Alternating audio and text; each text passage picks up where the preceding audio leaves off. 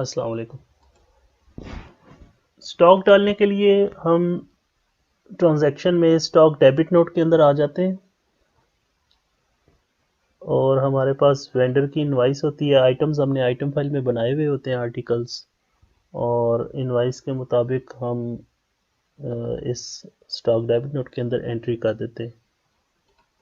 Stock credit note और debit note ये same invoices हैं, इनको से एक जैसे तरीके से फिल किया जाता है, मगर इनका मकसद ये है कि स्टॉक डेबिट नोट आपके स्टॉक को बढ़ा देगा और स्टॉक क्रेडिट नोट आपके स्टॉक को कम कर देगा। ये जब सप्लायर को किसी भी वजह से आप वापस करते हैं तो फिर ये वोचर क्रिएट होता है।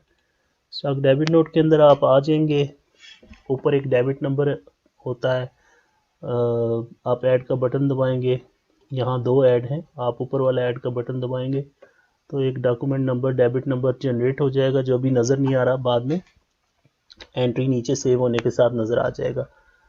डेबिट डेट, रेफरेंस नंबर में सप्लायर की इनवाइस पे कोई नंबर हो सकता है, रेफरेंस डेट, और यहाँ से आप ड्रॉप डाउन से आप सप्लायर चूज़ कर लेंगे जिसकी आपने इनवाइस डालनी है, और एंटर के बटन के ऊपर ये फॉर्म चल रहा है। अभी एंटर प्रेस करेंगे, एंटर प्रेस करते आए थे, सेव हुआ है, अब एंटर प्रेस करेंगे, नीचे वाला ऐड हो जाएगा ऑटोमेटिकली।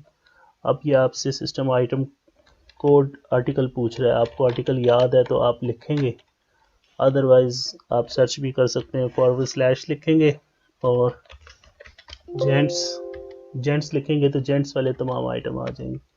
मिसाल के तौर पे NB141, और कॉस्ट प्राइस अगर सेम है बिल के मुताबिक तो ये लिखेंगे, अदरवाइज चेंज कर सकते हैं। अब आपने यहाँ पे अपनी रिसीव्ड क्वांटिटी लिखनी है कि NB141-1 जो आर्टिकल है ये किस साइज़ में कितना कितना आपके पास रिसीव हुआ। मिसाल के तौर पे 35 में नहीं आया, 36 में 1, 37 में 1, 38 में 2, 39 में 2, 40 में 1, 41 में 1, 42 में भी 1, 43 में भी 1, 44 में नहीं आया, टोटल 10 पेयर्स आए, और एंटर करते ये सेव हो गया। अब सिस्टम ने आपसे पूछा कि do you want to add more item. अगर तो एक इनवाइस के अंदर एक ही आइटम आप लेकर आए थे तो आप नो कर लेंगे, और अमूमन ये होता है कि ज़्यादातर एक इनवाइस में ज़्यादा आइटम आए हुए होते हैं तो यस कर लेंगे, और कोई दूसरा आर्टिकल आप उठा लेंगे। मिसाल के तौर पे ये G321 भी आया है और ये तमाम साइज़ एक एक आए हैं, 8 पेयर आ गए, और मैं कहता हूँ कि मेरी इनवाइस कंप्लीट होगी, मैंने 9 कर दिया। अब 31,992 रुपये ये जो मेरे पास फिजिकली इनवाइस आई होगी DEF ट्रेडर्स की, उसके साथ ये मैच करने चाहिए। अगर तो मैच हो गए तो गुड, नहीं हुए तो कोई मिस्टेक की है किसी जगह पे तो हम अपनी उस मिस्टेक को फाइंड आउट करने की कोशिश करेंगे। अब ये देखें इनवाइस नंबर 2 लग चुका है, पहले से 1 नंबर इनवाइस पीछे हमारे पास मौजूद थी और अब इसको 2 नंबर इनवाइस लग गया है, नंबर लग गया है। और मिसाल के तौर पे ये लेडीज़ शूज़ में हम चेक करते हैं, अगर हमारी कोई मिस्टेक है तो हम इसके ऊपर माउस से डबल क्लिक करेंगे और एडिट करके हमारी जो मिस्टेक है हम वो ठीक कर लेंगे। मिसाल के तौर पे हम ये पैरामीटर्स डाल देते हैं कि 8 और 9 में एक एक नहीं 2 पेयर्स थे, टोटल 10 पेयर थे, और अब 33,990 अब हमारी इनवाइस पे मिसाल के तौर पे मैच कर गई।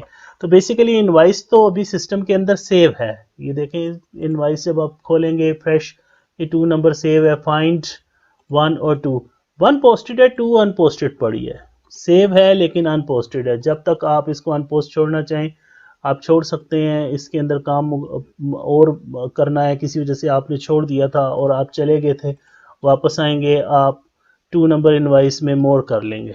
अगर आपका यहाँ इनवाइस नंबर 3 आ चुका हुआ है या 4 आ चुका हुआ है तो आप अपनी 2 नंबर इनवाइस पे फाइंड के ज़रिए से जाके आप उसके अंदर मोर करके कंटिन्यू करके इसको चलाना शुरू कर देंगे।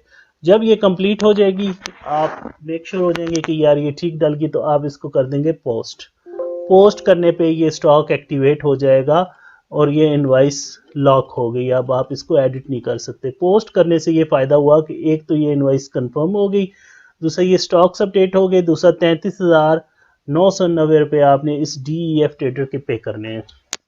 आपका पेएबल भी जनरेट हो गया। और बाकी इनके प्रिंट आउट्स बने हुए हैं, प्रिंट आउट अवेलेबल हैं। आप इस इनवाइस का प्रिंट आउट निकाल के अपने जो भी डॉक्यूमेंट है परचेज का उसके साथ अटैच करके फाइल कर सकते हैं।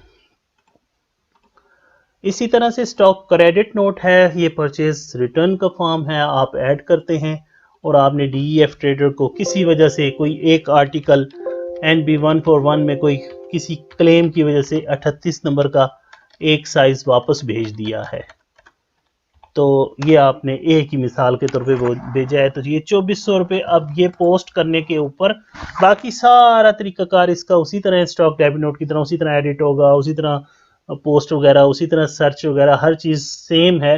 ये पोस्ट करने पे आपके ये 2400 रुपये डीईएफ ट्रेडर के लेजर से निकल जाएंगे। और इसी तरह ये वाला पेयर जब आप स्टॉक देखेंगे तो पहले 2 थे, तो अब एक कम हो गया होगा 38 नंबर साइज में।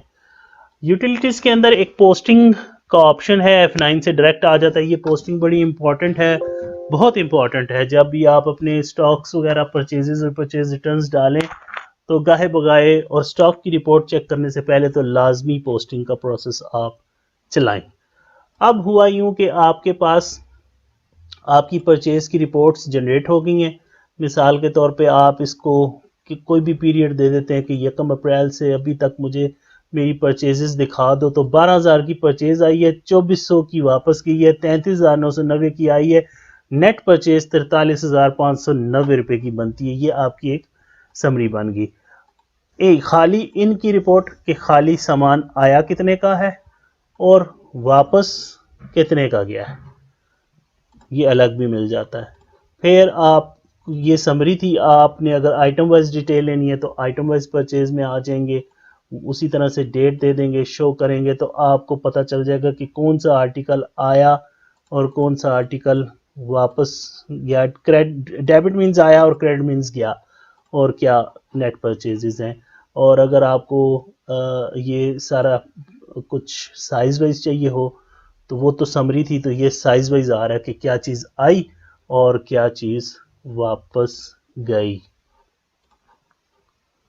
और आपके पास स्टॉक की रिपोर्ट भी मेंटेन हो रही है, प्रेजेंट स्टॉक पोजीशन शो करेंगे तो आपके पास कैटेगरी वाइज समरी आ जाएगी। यहाँ पे सारे आर्टिकल सारे साइज के साथ ये आर्टिकल लमसम 8 पेयर नज़र आ रहे हैं आपको। ये इसकी कॉस्ट वैल्यू, सेल वैल्यू और इसी तरह तमाम कैटेगरीज की कॉस्ट वैल्यू और सेल वैल्यू सम अप होगी।